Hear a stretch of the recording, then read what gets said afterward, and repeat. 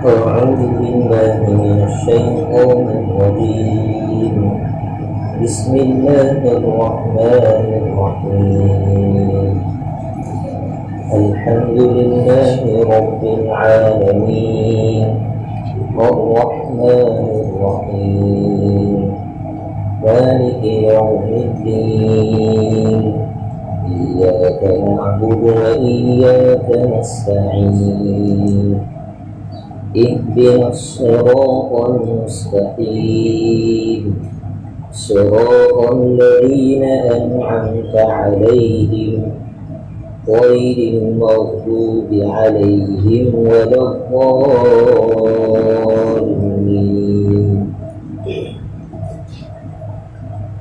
میرے محترم بزرگ، پچھلی مجلس میں یہ بات ہوئی تھی کہ انشاءاللہ آئندہ ہمارا سورہ فاتحہ کا آغاز ہوگا بسم اللہ ہو، لیکن ایک وعدے پر ہم سب الگ ہوئے تھے کہ پورا ہفتہ ہم کوشش کریں گے کہ قرآن کریم کی تلاوت کا آغاز ہو جائے. تو کس کس نے کوشش کی اور آغاز ہو گیا؟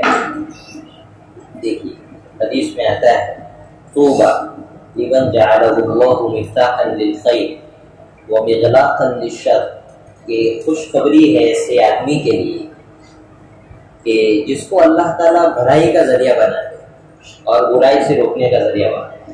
کیا یہ بات کیوں بتا رہا ہوں کہ میں نے مثلاً ہاتھ اٹھا کے کہا، میں نے ارادہ کیا اور میں نے چالو بھی کر دیا، 10-15 آدمی نے ایسے ہاتھ اٹھائے تو ہمارا وہ بھائی کہ جس کا بھی شروع نہیں ہوا ہے اس کو شوق پیدا ہو جائے کہ یار 10 آدمی نے کیا اور میں نے نہیں کیا، یہ میری بھول ہے گی.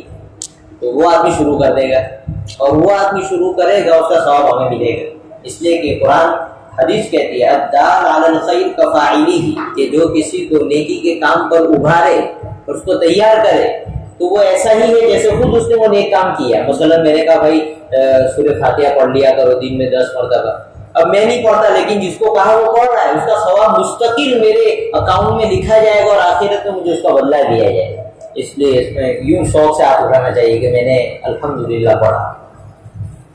تو پھر سے ایک مرتبہ کتنے ساتھیوں نے پڑھا، ہمارے کتنے بزرگوں نے، ماشاءاللہ الحمدللہ. اللہ تعالیٰ جو ہے ہمیں اس پر دوام اور ہمیشہ پڑھنے کی توفیق عطا فرمائے.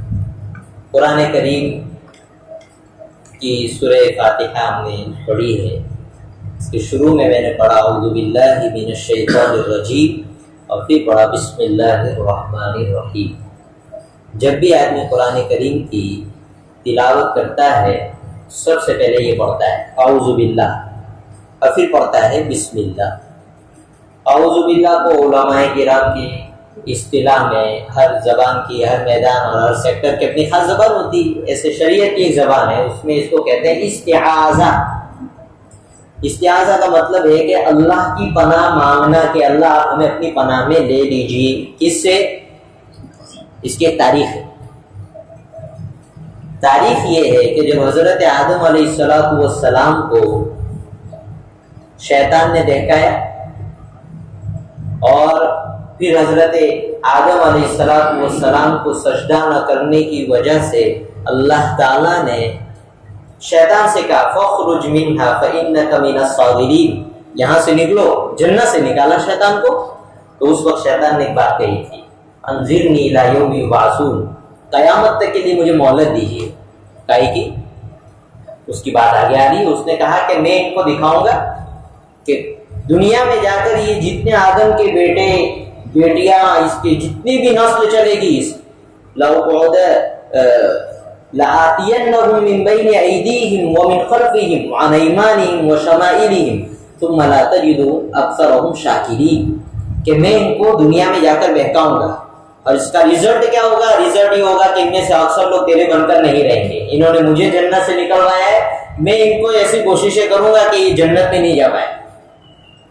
تو یہ اس وقت کی ایک جنگ چلی آ رہی ہے اور شیطان کو اللہ تعالیٰ نے اختیارات دیے ہیں.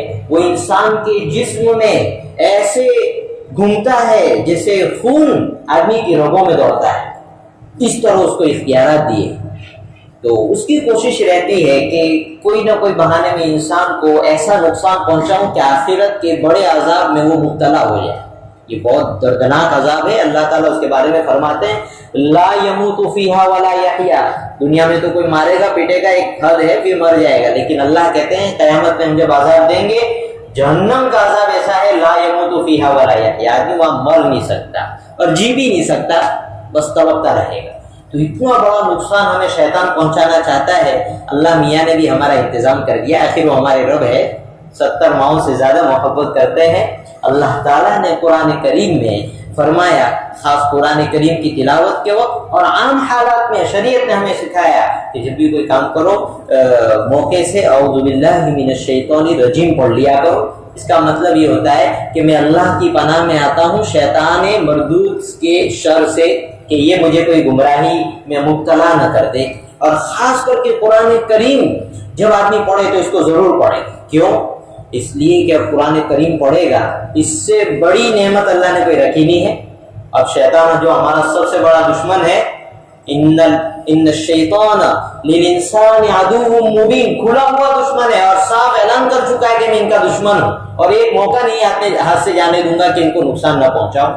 اتنا بڑا دشمن، اتنی بڑی نیکی ہمیں ملے اور ایک آیت کے پڑھنے پر ایسا نور ملتا ہے کہ وہ قیامت تک بڑھتا ہی رہتا ہے، اور اللہ تعالیٰ قیامت کے دن اس کا بدلہ آدمی کو دے دے گا اور آدمی اس کو جو ہے تعجب کرے گا، ایک آیت پڑھی اور اس کا نور اللہ مستقل بڑھاتا رہتا ہے۔ اب اتنی بڑی بھلائی ہم کو مل جائے، شیطان کو کیسے برداشت ہوگا؟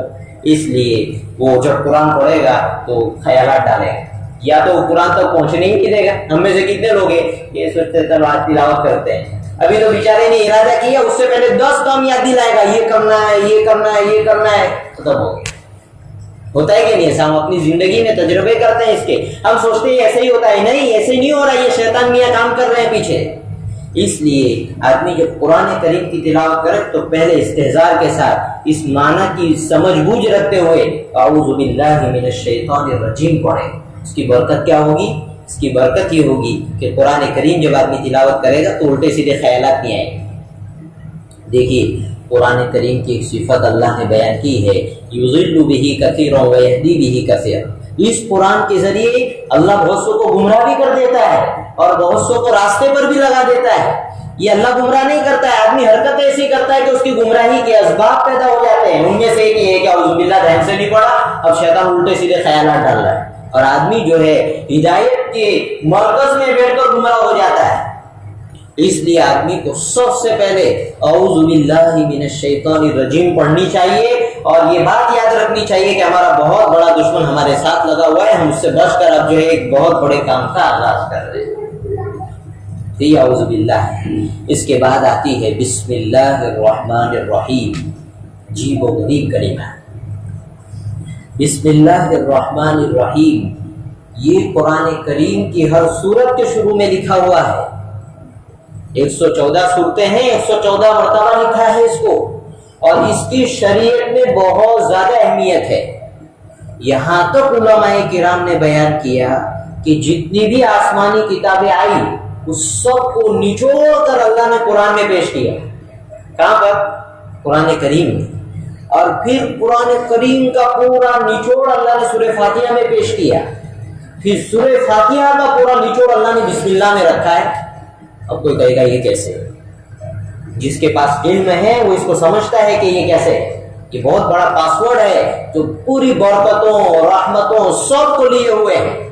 جو لوگ اللہ کے نظام کو جانتے ہیں، اللہ نے اس میں اپنے 3 نام ایسے گنائے کہ پوری کائنات کا سسٹم اس سے چلتا ہے اور آخرت کی سب نعمتیں اس کے ساتھ جڑی ہوئی ہے۔ 3 نام ایسے ہیں اللہ کے، اس میں اللہ نے ہر سورت کے شروع میں اس کو رکھا ہے، اس کی بہت برکت ہے۔ خود ہمارے نبی محمد عربی صلی اللہ علیہ وسلم کی پہچان بعض حضرات کہتے ہیں کہ پہلی کتابوں میں یہ لکھی ہے کہ وہ جب اللہ کے احکام لوگوں کو بتائیں گے تو بسم اللہ کے ساتھ بتائیں گے، اللہ کے نام کے ساتھ۔ اتنی بڑی پہچان ہمارے نبی کے آنے سے پہلے انٹروڈکشن کے طور پر اللہ تعالیٰ نے بسم اللہ کے ذریعے ہمارے نبی کا تعارف کروایا ہے۔ کتنی برکت والی چیز ہوگی۔ اور بھی بسم اللہ الرحمن الرحیم کی برکتیں ہیں۔ بسم اللہ الرحمن الرحیم یہ ایک صرف جملہ نہیں ہے، یہ اسلامی آئیڈیولوجی، مانیتا اور ایک سوچ کی ترجمان ہے۔ اس لیے شریعت یہ کہتی ہے کہ قرآن کریم کے شروع میں جو بسم اللہ لکھی ہے، آدمی کو اپنے ہر اچھے کام کے شروع میں بسم اللہ پڑھنی چاہیے۔ ہر اچھے کام کے شروع میں بسم اللہ پڑھنی چاہیے۔ کیوں پڑھنی چاہیے؟ دیکھیے، شریعت ہمیں ایک سوچ دیتی ہے اور قرآن کریم اس سوچ پر بہت زیادہ زور دیتا ہے اور بار بار زور دیتا ہے۔ کیا سوچ ہے؟ قرآن کریم یہ کہتا ہے کہ آپ لوگ اس دنیا میں آئے ہیں، دنیا کا ہر کام اسباب سے ہوتا نظر آتا ہے۔ سورج اگتا ہے، روشنی ہو جاتی ہے، رات آتی ہے، سکون ہو جاتا ہے، آدمی سو جاتا ہے، کھانا سامنے آیا کوکر میں اور تپیلے میں تیار ہوا، کھا لیا، کھا کر پیش ہوا۔ لیکن قرآن کریم کہتا ہے کہ یہ مومن کی نظر نہیں ہے، یہ اس ایمان والے کی نظر نہیں ہے جسے ہم نے اپنا اتنا بڑا نبی عطا کیا ہے، جس نے ایک سوچ عطا کی۔ قرآن کیا کہتا ہے؟ قرآن کریم جگہ جگہ پر ایک بات کہتا ہے کہ دنیا کو اس نظر سے دیکھو کہ اس کا بنانے والا ہے اس کے پیچھے، اور جتنے اسباب ہے اس کے پیچھے کسی کی طاقت، کسی کی قدرت ہے جو کام کرتی ہے۔ ہم نے بار بار یہ ٹاپک بار بار دہرایا ہوا اس لیے کہ قرآن نے دہرایا ہے، اور ہم یہ جو بیٹھے ہیں یہ کوئی ہمارا کورس نہیں ہے جو ہم پورا کر لیں کہ بھائی آپ تو 10 آیتوں کی تفسیر ہو گئی، چلو بات ہو گئی۔ نہیں، قرآن کتاب ہدایت ہے، ایک لفظ کی بھی وضاحت ہوئی، اس کی تشریح ہوئی، اس کا ٹرانسلیٹ ہوا، ہمیں کیا فائدہ ہوا؟ یہ سب سے پہلا سوال ہونا چاہیے۔ ہم یہ جاننے کے لیے نہیں بیٹھے ہیں، ماننے کے لیے بیٹھے اور کرنے کے لیے بیٹھے ہیں۔ ورنہ بہت سارے یوٹیوب پر بیانات ہیں، سننے بیٹھ کر کتنے یہودی ہے، قرآن کے حافظ ہے، سب کچھ ہے، لیکن نہیں، ہمارا مقصد ہے کہ شریعت جو کہتی ہے ہم اس کو اپنی زندگی میں لاوے، یہ مقصد ہے۔ لہذا ایک لفظ کی بھی وضاحت ہوئی، لیکن جسے کام کرنا ہے اس کے کمانے کے لیے بہت ہے۔ تو قرآن کریم یہ کہتا ہے۔ اب بسم اللہ الرحمن الرحیم، یہ اسلامی آئیڈیولوجی کی ترجمان کیسے ہے؟ یہ ایسے ہے کہ جب آدمی ہر کام کے شروع میں بسم اللہ پڑھتا ہے، اس کا مطلب یہ ہے کہ وہ اپنے دل سے یہ کہتا ہے کہ یہ جو اسباب، جو بھی کام میں کر رہا ہوں، اس کے جو ظاہری اسباب ہے یہ اصل کام کرنے والے نہیں ہے، اصل اللہ میاں ہے۔ کون ہے؟ اصل اللہ میاں ہے جو میرا کام بنائیں گے۔ پیسے ہاتھ میں ہیں، خریداری کرنے جا رہا ہے، بسم اللہ بولے۔ کیوں؟ پیسوں سے کام نہیں بنتا، کام اللہ بناتا ہے۔ کھانا سامنے آ گیا، بسم اللہ الرحمن الرحیم پڑھے پھر کھائے۔ کیوں؟ شریعت یہ کہتی ہے کہ ان نعمتوں کو نعمت سمجھ کر کھاؤ۔ ہم کھانا کھا لیتے ہیں، ہمارے سامنے کوئی بات نہیں ہوتی، حالانکہ قرآن کیا کہتا ہے؟ فَلْيَنْظُرِ الْإِنسَانُ إِلَىٰ طَعَامِهِ أَنَّا صَبَبْنَا الْمَاءَ صَبًّا ثُمَّ شَقَقْنَا الْأَرْضَ شَقًّا فَأَنبَتْنَا فِيهَا حَبًّا وَعِنَبًا، کہ قرآن کریم کو اپنا کھانا دیکھنا چاہیے، انسان کو اپنے کھانے پر غور کرنا چاہیے۔ آدمی سوچتا ہے میں نے 10 روپے 20 روپے 50 روپے 100 روپے 200 روپے خرچ کیے، سبزی آئی، ٹماٹر آ گئے، کھانا بنا، بریانی کھا لی۔ ایسا نہیں ہے۔ اللہ کہتا ہے غور کرو کہ ایک دن دانا تھا، اس کو زمین میں کسی کے سامنے ڈالا تھا، پھر اس کو ہم نے زمین کو پھاڑ کر اگایا ہے۔ تم ذرا غور کیوں نہیں کرتے کہ ایک پانی ہے، ایک زمین ہے، ہم الگ الگ اناج نکالتے ہیں، الگ الگ ٹیسٹ کی چیزیں اس میں سے باہر آتی ہے، اور ہر پودے، جھاڑ، درخت پر غور کرو، ایک ہی زمین ہے، ایک ہی پانی ہے، لیکن کسی کا شیپ الگ ہے، کسی کا رنگ الگ ہے، کسی کی خوشبو الگ ہے۔ یہ کون کر رہا ہے؟ تم ایسے ہی کھا کر نکل جاتے ہو؟ یہ کیسے ہے؟ قرآن کریم اس سے منع کرتا ہے۔ جب مومن کھانا کھاتا ہے وہ بسم اللہ پڑھتا ہے تو اس کا پورا وجود اللہ کے نام کی برکت سے جو ہے حرکت میں آ جاتا ہے۔ بسم اللہ یہ ایمان کا پاور ہاؤس ہے۔ جو آدمی اس یقین کے ساتھ بسم اللہ پڑھے، اس سوچ کے ساتھ بسم اللہ پڑھے، اس کو ایک مزہ آتا ہے، کھانا کھانے میں مزہ آتا ہے۔ تو قرآن یہ کہتا ہے کہ کھانا کھاؤ تو اس طرح کھاؤ کہ اللہ تعالیٰ نے میرے لیے کتنے انسانوں کو خدمت میں لگایا، کتنی کمپنیوں نے کام کیا، کتنے مشین جن کو بنانے میں بڑی بڑی عقلیں لگی، اس کو تیار کروایا، اس کے بعد یہ جو ہے ایک پلیٹ میں کھانا میرے سامنے آ رہا ہے۔ اس طرح آدمی سوتا ہے؟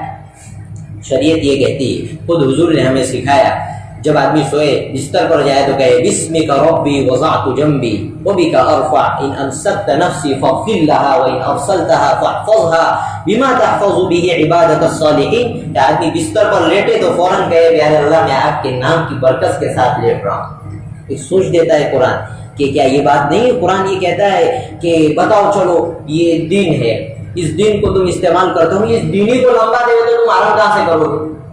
ہے کوئی، اللہ کہتا ہے کوئی میرے سوا کوئی معبود، کوئی پاور والا، کوئی طاقت والا، کوئی حکومت ہے جو اس دین کو ہٹا کر رات لے آئے؟ کوئی نہیں لا سکتا۔ اللہ کہتا ہے چلو مانو اس رات کو میں لمبی کر دوں اور کبھی دین نہ اگنے دوں، تو کسی میں طاقت ہے کہ اس دین کو اگا لائے؟ کسی میں طاقت نہیں ہے۔ اللہ کہتے ہیں جب رات کو سوتے ہو تو ہمارا شکر ادا کرو۔ کیا یہ الگ سسٹم نہیں ہے کہ اللہ تعالیٰ پوری مخلوق کو رات کو سلا دیتا ہے؟ اگر ایسا نہیں ہوتا، اللہ کا یہ نظام نہیں ہوتا، تو آدھا محلہ شور کر رہا ہے، آدھا سوئے گا کیسے؟ یہ اللہ کی کتنی بڑی نعمت ہے کہ ہر جانور کو اللہ تعالیٰ رات کو سلا دیتا ہے، ہمیں آرام مل جاتا ہے، صبح اٹھتے ہیں مشاط کمانے چلے جاتے ہیں۔ کتنی بڑی نعمت ہے اللہ تعالیٰ کی۔ اسی طرح اللہ تعالیٰ کہتے ہیں کہ مثلا آدمی پانی استعمال کرتا ہے کہ نہیں کرتا؟ اللہ تعالیٰ مستقل گنا رہا ہے، الم تروا ان اللہ انزل من السماء ماء فسلكه ينابيع في الارض، کہ لوگ یہ پانی کو نہیں دیکھتے کہ پانی ہم آسمان سے برساتے ہیں، کوئی خاص موسم میں برستا ہے، لیکن ہمارے ایک سسٹم ہے، پہاڑوں میں ہم اس کو محفوظ کرتے ہیں، برف بنا دیتے ہیں، اور پھر زمین میں ہم نے ایسی پائپ لائن لگی ہے کہ اپنے گھر بیٹھے جہاں جاؤ بور کرو پانی آئے گا۔ زمین میں الگ الگ دھاتیں ہیں، لوکھن ہے، لوہا ہے، سب کچھ ہے، لیکن وہ دھاتیں اس میں اثر نہیں کرتی، افیکٹونیس نہیں ہوتی، بلکہ کیا اثر کرے گا؟ گندگ اثر کرے گی جو پانی کو صاف بنا دے، دوسری چیزیں اثر کرے گی۔ تو اللہ میاں یہ فرماتے ہیں کہ ذرا اس پانی کو دیکھو، اس کو دیکھو، جب ان نعمتوں کو استعمال کرو تو شریعت یہ چاہتی ہے کہ آدمی جو ہے بسم اللہ پڑھے۔ کیا پڑھے؟ بسم اللہ۔ اور بسم اللہ اس نیت سے، اس سوچ کے ساتھ پڑھے کہ یہ نعمت جو اللہ تعالیٰ نے مجھے عطا کی ہے، یہ اللہ کی بہت بڑی نعمت ہے جو اللہ نے دی ہے، میرے طاقت اور بس کی نہیں ہے۔ اس سے آدمی کی زندگی پر بہت زیادہ اثر پڑتا ہے۔ مثلا دکان پر گئے، بسم اللہ الرحمن الرحیم کر کے جب شٹر کھولے گا تو اس کو یہ یقین ہو جائے گا کہ یہ دکان سے کما لینا میرے بس کی بات نہیں، ایک اللہ ہے جو مجھے روزی دیتا ہے، وہ چاہے گا گراہک آئے گا، وہ چاہے گا میرا دھندا چلے گا۔ یہ ایک سوچ ہے جو اللہ تعالیٰ میں بسم اللہ کے ذریعے سکھاتے ہیں۔ اس لیے یہ بسم اللہ الرحمن الرحیم اللہ تعالیٰ نے ہر قرآن کی سورت کے شروع میں رکھی ہے، اور یہ بسم اللہ ایک پیغام دیتی ہے انسان کو کہ جب تم بسم اللہ سے آغاز کرو تو تمہیں یہ پیغام ملنا چاہیے کہ میں کوئی بھی ایسا کام نہ کروں جس سے اللہ ناراض ہو جائے۔ جب میں اس کے نام کے ساتھ شروع کر رہا ہوں تو اس کی برکت یہ ہونی چاہیے کہ آدمی گناہ سے بچ جائے۔ تو یہ بسم اللہ الرحمن الرحیم اللہ تعالیٰ نے قرآن کریم کی 114 صورتوں کے شروع میں رکھا ہے۔ اس کی اتنی اہمیت ہے کہ بعض علماء کرام نے تو یہاں تک فرمایا کہ بسم اللہ آدمی سورہ فاتحہ کے ساتھ ملا کر نہیں پڑھے گا، سورۃ فاتحہ سے پہلے نماز میں تو اس کی نماز تک نہیں ہوگی۔ بعض علماء نے اس کو واجب کہا ہے، اتنی اہمیت ہے اس کی۔ بسم اللہ الرحمن الرحیم آدمی پڑھے، اس کے ساتھ اللہ تعالیٰ نے دنیا اور آخرت کی بہت ساری نعمتیں جوڑ رکھی۔ میں آپ کو ایک واقعہ سناؤں۔ حضرت عمر رضی اللہ عنہ کے زمانے میں قیصر روم اس وقت کی سپر پاور طاقت کا بادشاہ، جیسے بھی ہم جانتے ہیں نا بہت سی طاقتوں کو، امریکہ کو جانتے ہیں، روس کو جانتے ہیں، اس کو اس طرح اس وقت کی بڑی طاقت کا نام تھا قیصر روم۔ اس نے خط لکھا، اس نے کہا کہ مجھے بہت سر میں درد رہتا ہے، تو آپ جو ہے کوئی آپ کی شریعت میں کوئی ایسی بات یہ آئی کہ مجھے کوئی حل بتائیے۔ حضرت عمر رضی اللہ عنہ نے ایک ٹوپی سلوائی اور اس کے اندر ایک پرچی رکھ دی اور وہ بھیج دی۔ اب جو ہے یہ ہے اس وقت کے بادشاہ کے پاس، قیصر روم کے پاس جب پہنچی ہے تو وہ سر پر رکھتا تو اس کو سکون ہو جاتا تھا، جب اتارتا تھا درد شروع ہو جاتا تھا، پھر رکھتا تھا سکون ہو جاتا تھا، پھر رکھتا تھا درد ہو جاتا تھا۔ تو اس نے ایک دن جو ہے اس کو کھلوایا، اس میں ہے کیا؟ جب اس کو کھلوایا تو اندر لکھا تھا بسم اللہ الرحمن الرحیم۔ اس بسم اللہ کی برکت یہ کہ اس کے دماغ کا نظام سسٹم اللہ نے جو ہے صحیح کر دیا۔ جب ظاہری بیماریاں ختم ہو سکتی ہے تو دوسری باتیں کیسے ختم نہیں ہوگی؟ اسی طرح ایک واقعہ اور سنو۔ حضرت عیسیٰ علیہ السلام ایک قبرستان کے پاس سے گزرے، نبی تھے، اللہ نے ان کے اوپر پردے کھولے، دیکھا کہ مردے کو عذاب ہو رہا ہے۔ کیا ہو رہا ہے؟ عذاب ہو رہا ہے۔ تو وہ اپنی ضرورت سے جا رہے تھے، آگے گئے، پھر جب لوٹے واپس تو دیکھا اس کے ساتھ تو اللہ نے بہت ساری رحمتوں کا معاملہ کیا ہے، اور فرشتے جو ہے جنت کی نعمتیں لے کر کھڑے ہیں۔ حضرت عیسیٰ علیہ السلام کو بہت تعجب ہوا کہ ابھی 10 منٹ کی بات تھی کہ اس کو عذاب ہو رہا تھا، اور اب یہ آدمی جو ہے جنت کی نعمتوں میں ایسی کیا بات ہو گئی؟ 2 رکعت نماز پڑھی، اللہ سے دعا کی کہ پیارے اللہ مجھے معاملہ سمجھا دو کہ یہ راز کیا ہے۔ اللہ تعالیٰ نے وحی کی کہ میرے پیارے عیسیٰ، اصل بات یہ ہے کہ یہ میرا بندہ بڑا گنہگار تھا اور اپنے اعمال کی وجہ سے اس پر عذاب واجب ہو چکا تھا اور اسے عذاب دیا جا رہا تھا، لیکن جب اس آدمی کا انتقال ہوا تھا تب یہ دنیا میں ایک چھوٹا سا بچہ بھی چھوڑ کر آیا تھا۔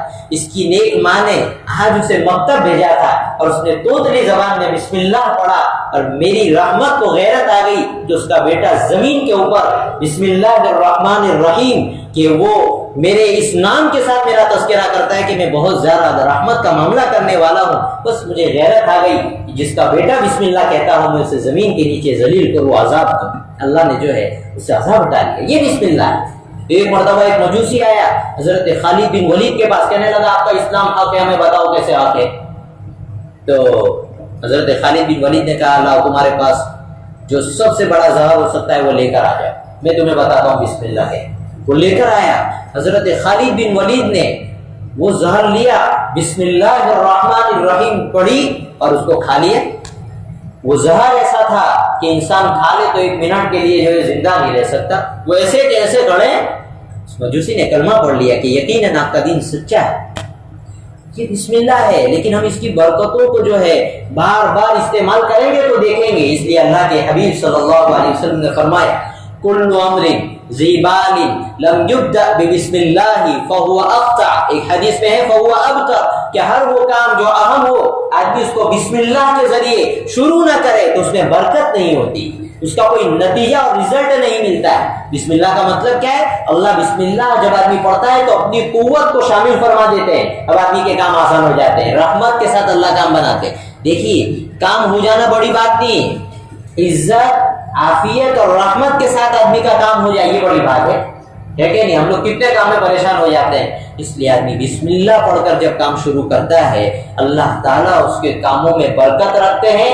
برکت کا مطلب یہ ہے کہ آسانی سے ہو جائے گی، جس سے کام متعلق ہے، مثلا آپ کو مجھ سے کام ہے، آپ بسم اللہ الرحمن الرحیم کا اہتمام کرتے ہیں، جب مثلا مان لو آپ کو کسی سرکاری افسر سے کام ہے، آپ جب اس کے ساتھ جائیں گے اس کی ہمت نہیں ہوگی کہ آپ کے ساتھ غلط زبان استعمال کرے، یہ اللہ کی روک ہے، اس کا کنٹرول ہے کہ اللہ اس کی لاج رکھتے ہیں کہ جب یہ ہمارے نام سے گیا ہے، عزت تو ہمارے نام کی لکھی ہوئی ہے، کون اسے ذلیل کر سکتا ہے؟